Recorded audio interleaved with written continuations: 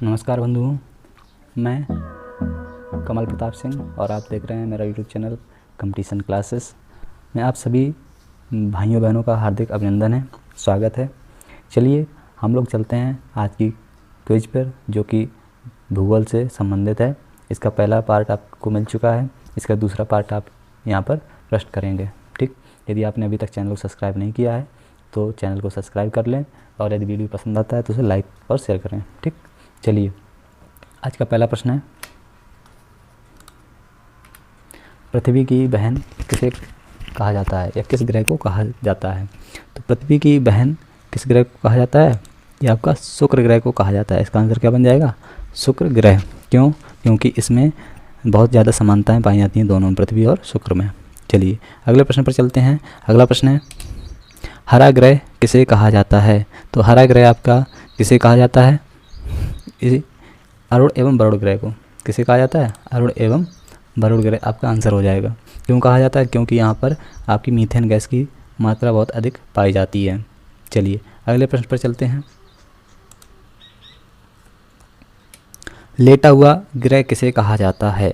तो लेटा हुआ ग्रह आपका किसे कहा जाता है? ये आपका कहा जाता है अरुण ग्रह को। क्यों? क्योंकि ये आपका 82 डिग्री पर झुका हुआ है। ठीक, 82 डिग्री पर आपका ये झुका हुआ है, जिसे कारण इसे क्या कहा जाता है? लेटा हुआ ग्रह कहा जाता है। चलो अगले प्रश्न पर चलते हैं। अगला प्रश्न है आपका, पृथ्वी की आंतरिक संरचना के लिए क्रम क्या है? तो पृथ्वी की आंतरिक संरचना देख लेते हैं कैसी होती है।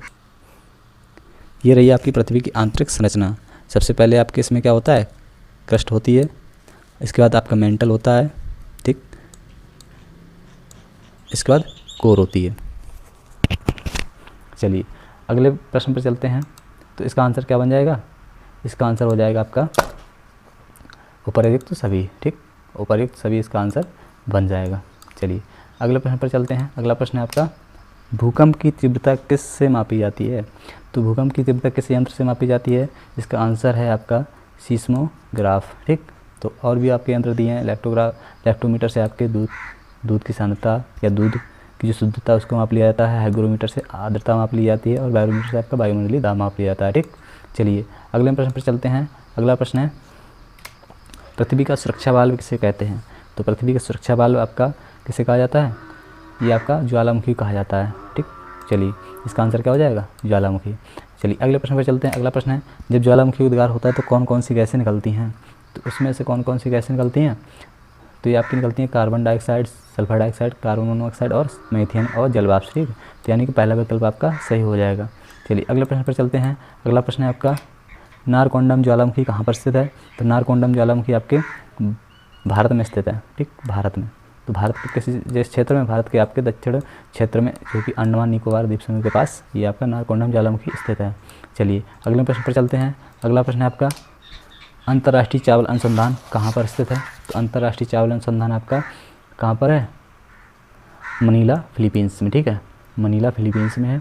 चलिए अगले प्रश्न पर चलते हैं। यदि भारत का प्रथम राष्ट्रीय उद्यान कौन सा है? तो ये आपका कौन सा है? Jim Corbett. ठीक, जिम कॉर्बेट, जो कि कहाँ पर? उत्तराखंड पे है। ठीक, चलिए अगले प्रश्न पर चलते हैं। डूरंड रेखा किन दो देशों के बीच स्थित है? तो डूरंड रेखा आपकी किन देशों में है? ये है आपकी भारत एवं अफगानिस्तान में। ठीक, यदि रेड क्लिप की बात करें तो कहाँ पर है? ये भारत एवं पाकिस्तान, मैकमोहन भारत एवं चीन के बीच में। चलिए अगले प्रश्न पर चलते हैं। नेक्स्ट प्रश्न है, निम्न राज्यों में सबसे कम जनसंख्या किसकी है? तो किसकी है? ये आपकी अरुणाचल प्रदेश। ठीक, जहाँ पर 17 व्यक्ति रहते हैं 1 किलोमीटर वर्ग। ठीक है, चलिए अगले प्रश्न पर चलते हैं। क्षेत्रफल के अनुसार विश्व में कौन सा स्थान है? भारत का क्षेत्रफल के अनुसार विश्व में कौन सा स्थान है? तो ये है आपका 7वां। ठीक, पहले नंबर पे कौन है? पहले नंबर पे आपका रूस, कनाडा, फिर चीन, फिर अमेरिका, ब्राज़ील, ऑस्ट्रेलिया, उसके बाद भारत। चलो अगले प्रश्न पर चलते हैं। माउंट एवरेस्ट की ऊंचाई कितनी है? तो माउंट एवरेस्ट की ऊंचाई है आपकी 8,848 मीटर। ठीक, 8,848 मीटर। चलो चलिए अगले प्रश्न पर चलते हैं। अगला प्रश्न है, विश्व की सबसे ऊंची सड़क कहाँ पर है? तो विश्व की सबसे ऊंची सड़क आपकी लेह श्रीनगर में है, जो कि कहाँ पर पड़ता है? भारत में। ठीक, चलिए अगले प्रश्न पर चलते हैं। अगला प्रश्न है, विश्व का सबसे बड़ा पठार कौन सा है? तो हम लोग जानते हैं विश्व का सबसे बड़ा पठार कौन सा है? ये आपका तिब्बत का पठार। चलो अगले प्रश्न पर चलते हैं। एशिया का मृत हृदय किसे कहा जाता है? एशिया का मृत हृदय दक्कन के, एक मिनट, इसका आंसर सॉरी इसका आंसर है आपका पामीर का पठार।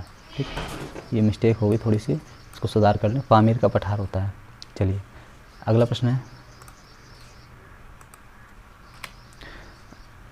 अजंता एवं एलोरा की पहाड़ियाँ किससे संबंधित हैं? तो ये आपके किससे संबंधित हैं? ये आपके बौद्ध धर्म से, ठीक, जो कि कहाँ पर हैं? ये आपके महाराष्ट्र के औरंगाबाद ज़िले में है। ठीक, चलिए आगे चलते हैं अगले प्रश्न पर।